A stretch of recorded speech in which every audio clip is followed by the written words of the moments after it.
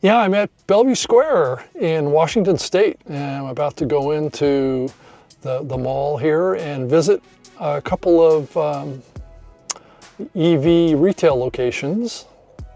And wanted to thank you for joining me here on Behind the EV Wheel and for another episode. But wanted to also mention before I get in and show you the Polestar vehicles, as well as kind of the newer versions of the Tesla cars. I did notice in the mall, because I'm recording this after I went in the mall, but I did notice that the Cybertruck looks like it's now got different colors on it. So I didn't realize that the Cybertruck was going to be made available with various colors. The model that I'm showing you on the showroom there had a kind of like a flat kind of bluish color, and you'll see that in the video here.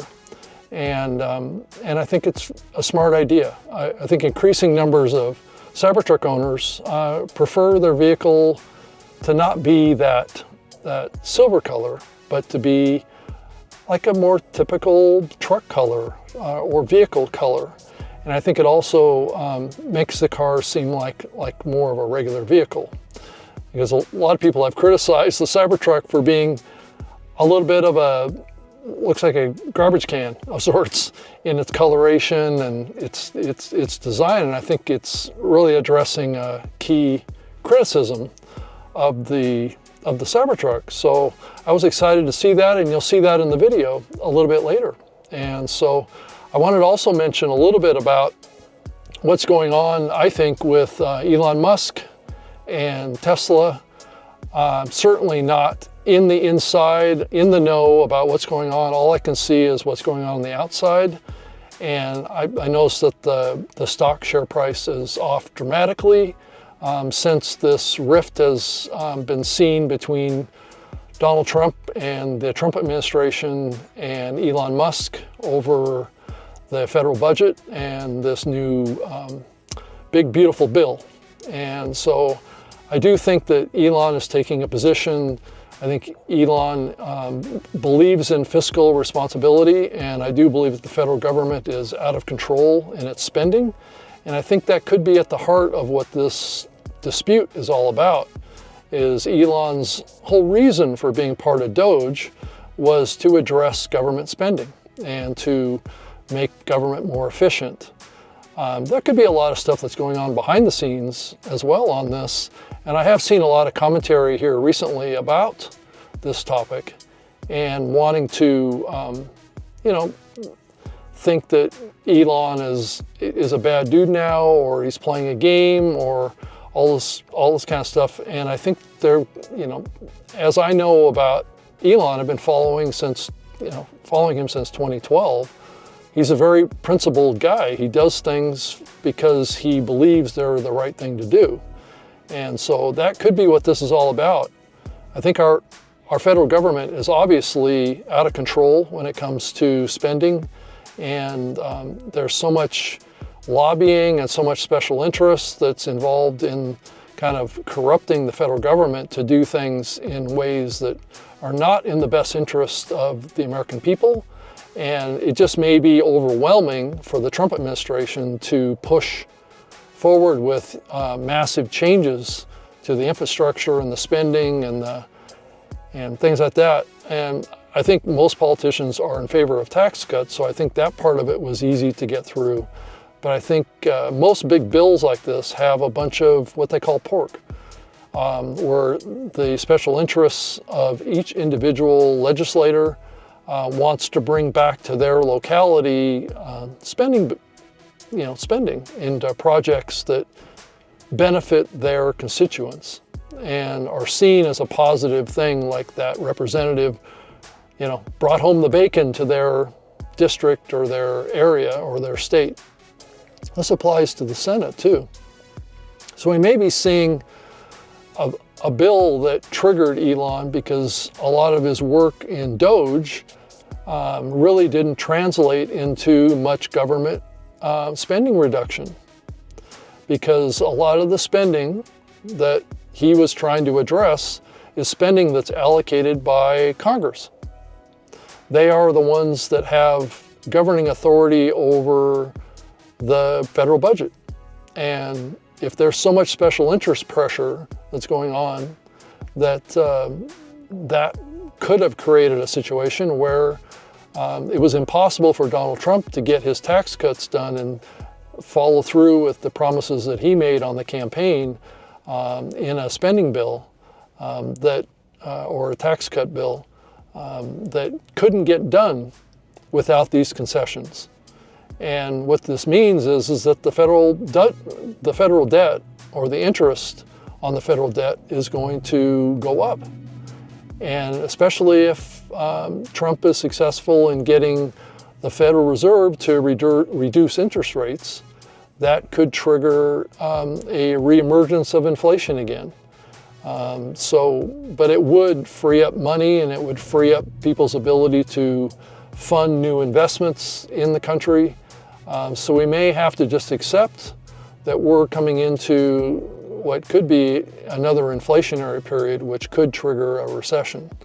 It does appear that we're in another round of layoffs that are happening in all sorts of companies across the US right now. Anyway, I didn't want to make this episode too much about politics or what's happening with the Trump administration, but there is a connection with Tesla. I'm a Tesla shareholder, and I do care about what happens to Tesla and what's going to result in the future for that company, and what their influence on the world is looking like it's pretty significant. And so following it is an important thing to do. So that's why I wanted to hop out and take a look at the Tesla dealership, and I was excited to see the Cybertruck with colors now. So I don't know if that's breaking news. It probably isn't, but it's the first time I had seen it, and I follow things pretty closely.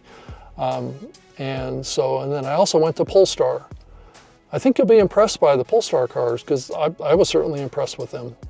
And I really don't hear much about them. So it was great to get in their showroom and see some of their vehicles. So I hope you stay with me and watch the whole episode here. It'll be a little bit longer than my normal behind the wheel, because I'm doing some time here at the beginning, and then later on I will have a few minutes in each of the showroom areas in the Bellevue Square Mall in the Seattle, Washington area. So thanks for watching, and just keep watching, and you'll see more of me talk about EVs, and keep watching. So we'll be back, I'll be back with more later on the EVs. So let's get into it. So let's go see the EVs.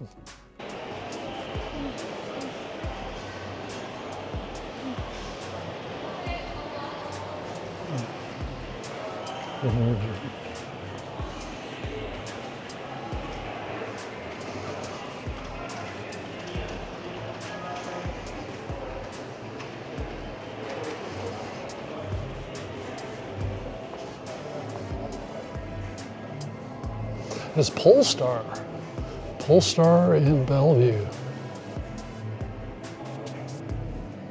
Another electric car. So this is behind the wheel. Thank you for joining me again. Another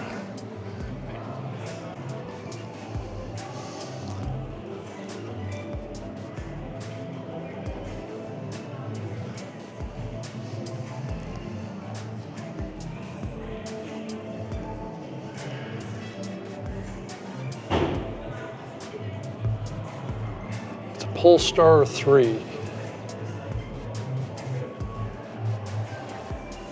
I guess there's a Polestar 4 that's out.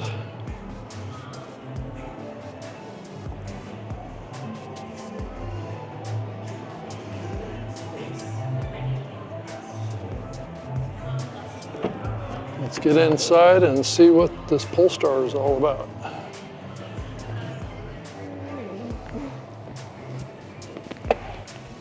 It's very cool. They've got a a vertical oriented screen in this car, and then a screen that's right in front of the steering wheel. That's pretty awesome. I kind of wish my Tesla Model 3 had a screen like this on it. It would make it a little easier than always having to look off to the right. You can see, yeah, it's just the same kind of thing. I could easily see it. The orientation of this switch to more of a landscape mode. But it's interesting. Let's look at some of the settings here. So I wonder if you can touch various parts of the screen here, and you can control, looks like the air conditioning right here. It's a beautiful car. You know, after having a Tesla, it just feels like all these knobs and how they have the switcher here, which is definitely more visible compared to most cars, and Tesla included, about the functional aspects of these control units on the side of the steering wheel. And I don't quite understand. I guess it's all based on just having a card key, kind of like a Tesla. And I'm not quite sure what that is there on the dashboard. I don't know if is it a fan or a speaker. And if you look at the back seat, I like the gold seatbelt. I think it helps it stand out, but it's an accent that really looks nice in the car. It's a fairly inexpensive kind of look and feel that the car has, or something that other car makers, I don't think I've seen, had the idea is to create the seatbelt as a different color, as a way to stand out. I think it's a terrific idea. I'm not sure what this is. Is this like a cell phone thing? Cell phone place, a charging unit for just one cell phone though. But I do like the screen being oriented vertically like that. So, and then the door seems nice.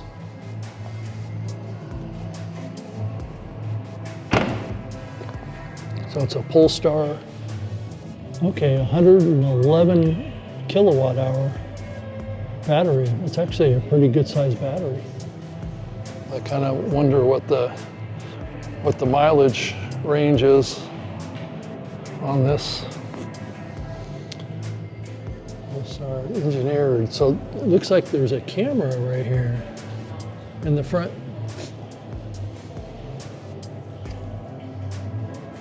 Interesting.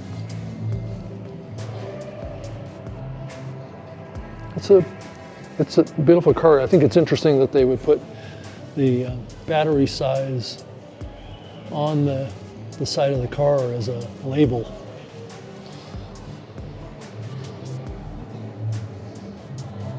It's beautiful.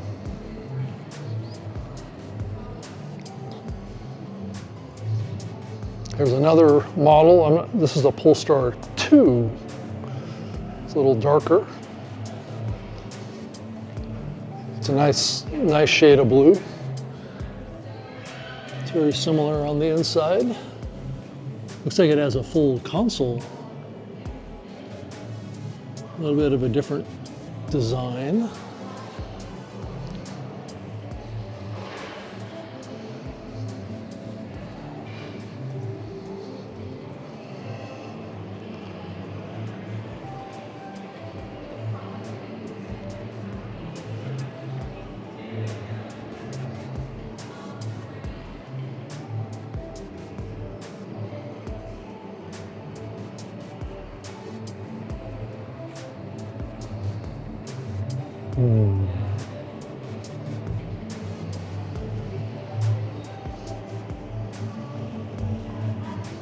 Okay, here's the configuration on the car.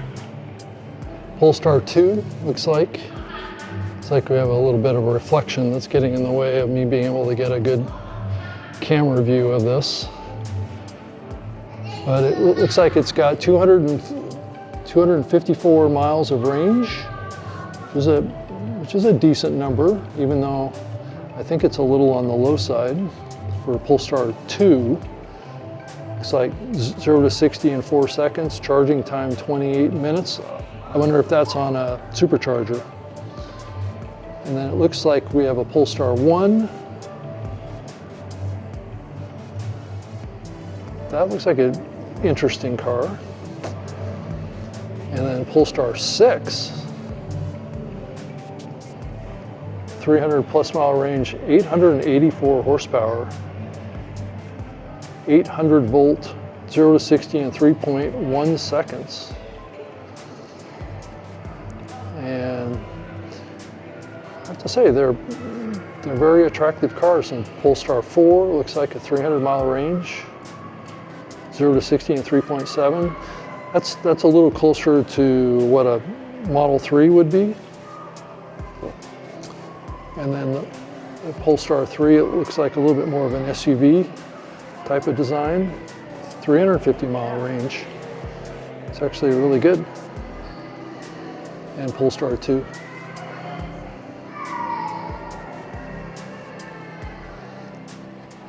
I like the colors that the car has.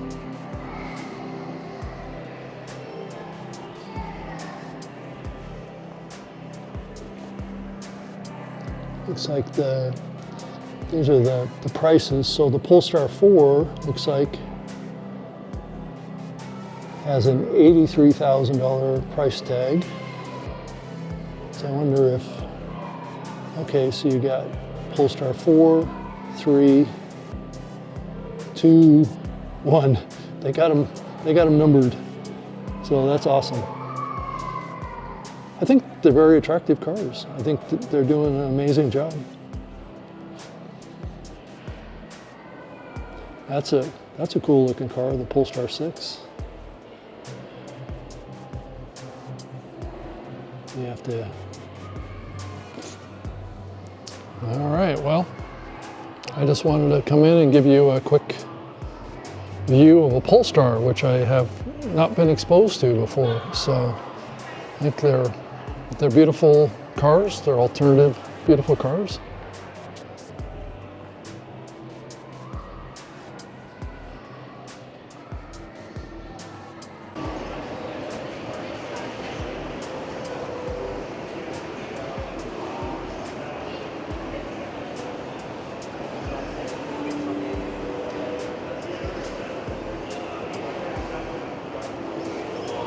I'm at a Tesla retail location in Bellevue Square, and as you can see, we have Optimus robot mock-up here. When I was 21 years old, I was offered an opportunity to buy a car. It was a competitor to Rolls-Royce. So we see Model X here. It has on display. It's a beautiful car, a Model X. This is the brand new version, which is beautiful. I love the gull wing doors, and it's tall enough for me to stand in here. And then I thought this was interesting too. The new Cybertruck looks like it comes in colors now. So I think that was a smart move by Tesla to maybe offer it in different colors versus the silver that the truck had prior. So the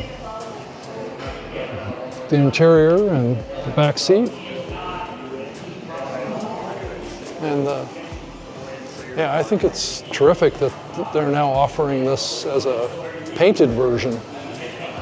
It's with the back gate open. It's terrific. And you got all sorts of capabilities to do different things. You can even power power tools, or you can charge other things from the back bed. So very utilitarian.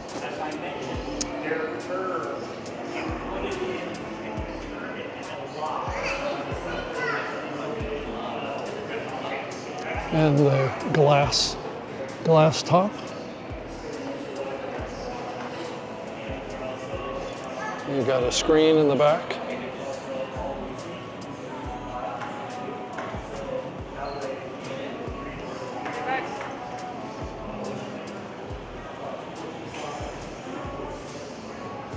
And then there's the Model Y.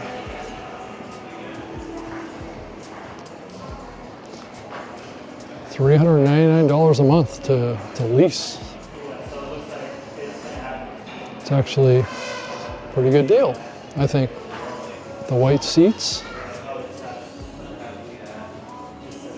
Yeah, this is an awesome car.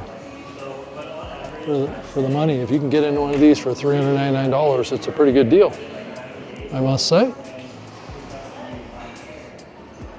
I might want to do that at some point myself. Sell my Model 3 and get into a Model Y that's got a lot more headroom and a lot more space inside. I'm a big guy at 6'8". And then here is it's like another Model Y that's sitting in here.